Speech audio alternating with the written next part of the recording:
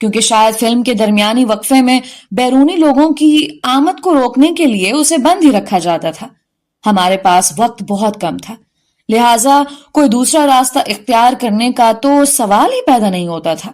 ہم پانچوں ایک قطار میں دوڑتے ہوئے لوہے کے جنگلہ نما گیٹ کے پاس پہنچے اور اگلے ہی لمحے سب، پہلے گڈو اور پھر اس کے پیچھے باقی چار بھی کسی اسپائڈر مین کی طرح بنا ایک پل ضائع کیے جنگلہ پار کر گئے.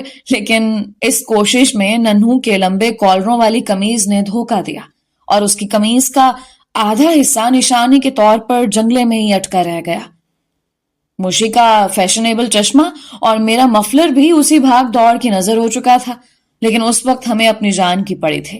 جنگلے سے دوسری جانب اترتے ہی ہم نے بنا رکے سڑک پار کی اور اپنے پیچھے بھاگتے اور چلاتے دیوانہ وار ہجوم کو دور چھوڑا ہے. چاند ہی لمحوں میں ہم ہانپتے کامتے محلے کے گیٹ کے قریب پہنچ چکے تھے اور راستہ بھر دوڑتے ہوئے ہم اپنے پیچھے بھی نظر ڈالتے آئے کہ کہیں کوئی جوشیلا تماش بین ہمارے پیچھے ہمارے گھروں تک نہ پہنچ جائے. لیکن یہ دیکھ کر ہم سب نے اطمینان کا سانس لیا کہ اس ریس میں ہم پانچوں نے اس سب کو بچھاڑ دیا تھا. اس کے بعد ہم سب نے مل کر راجا کی جو گت بنائی اور ہمارے حلیوں کو دیکھ کر ہمارے گھر والوں کے ہاتھوں خود ہم سب کی جو درگت بنی، وہ داستان ناقابل اشاعت ہے. بہت دن بعد راجا نے سینما کے کسی چھوٹے اہلکار سے معلومات کروائیں تو پتا چلا کہ شاہ جی کے گھر والے تو پچھلے ہفتے بھی سینما آئے تھے، لیکن انہیں بتایا گیا کہ ان کے نام کے پاسز پر تو چند بچے نہ صرف فلم دیکھ گئے ہیں بلکہ اپنی طرف سے خوب عیاشی بھی کر کے گئے ہیں. بات شاہ جی تک پہنچی تو انہوں نے سینما انتظامیہ کو چوکس کر دیا کہ اب اگر وہ گروہ فلم دیکھنے آئے تو انہیں اطلاع کر دی جائے، اور سینما والوں نے وہی کیا. ہماری قسمت اچھی تھی کہ ہم اس دن ان کے ہتھے نہیں چڑھے، ورنہ وہ ہماری ہڈی پسلی ایک کر دیتے. لیکن زندگی کی اس پہلی بے ایمانی سے سبق لینے کے بجائے یہ بے ایمانی ہمارے دلوں کے کسی کونے میں ہمیشہ کے لیے چھپ کر بیٹھ گئی. ہم سب کے دلوں نے کہیں نہ کہیں اپنے اندر اس بات کو تسلیم کر لیا تھا کہ وہ بے ایمانی جو پکڑی نہ جا سکے جائز ہوتی ہے. بس ایک ذرا سی ہمت ہی کی تو بات ہے، اور جب کبھی بھی میں نے وہ ایک ذرا سی ہمت کر دکھائی تبھی میرے اندر کا راجا فوراً باہر نکل کر میرے سامنے آ بیٹھتا اور میری آنکھوں میں آنکھیں ڈال کر مجھ سے پوچھتا، ہاں پیارے، عیاشی کرنی ہے تو بولو، لیکن یاد رکھو عیاشی کرنے کے لیے خطرہ بھی مول لینا پڑتا ہے، تو کہو ہے ہمت خطرے میں کودنے کی؟ میں سہم کر نفی میں سر ہلاتا، نہیں، اگر پکڑے گئے تو؟ میرے اندر کی بے ایمانی مجھے بچپن کے دوست راجا کی طرح پچکارتی ہے، ارے یار، اوکھلی میں سر دے ہی دیا ہے تو اب موسلوں کا کیا ڈر؟ میں کچھ دیر سوچتا ہوں اور پھر چپ چاپ اپنا سر اوکھلی میں ڈال دیتا ہوں.